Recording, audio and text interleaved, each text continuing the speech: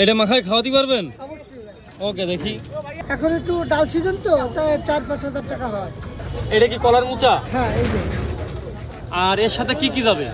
এটার সাথে যাবে কাঁচা চাল যাবে, ধইনা পাতা যাবে, তেঁতুল যাবে, বিভিন্ন ধরনের মশলা যাবে।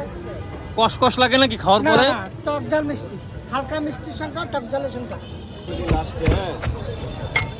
তেঁতুল দিচ্ছি, পাকা তেঁতুল, একদম নতুন হয়েছে। লবণ, এলি নিজে আমার নিজে ভাঙানো মরিচ, এই যে চিনি,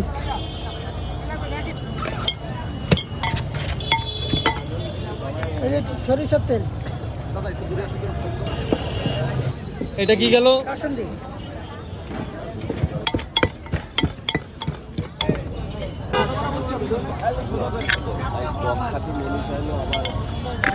খুলনা নিউ মার্কেট বাইতুল্লি মসজিদের সামনে 1 নম্বর গেটে আমি ব্যবসা করি।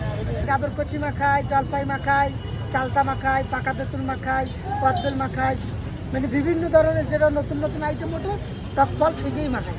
এই যে আপনার কলা মোচা মাখা হয়ে গেছে, সুস্বাদু কলা মোচা।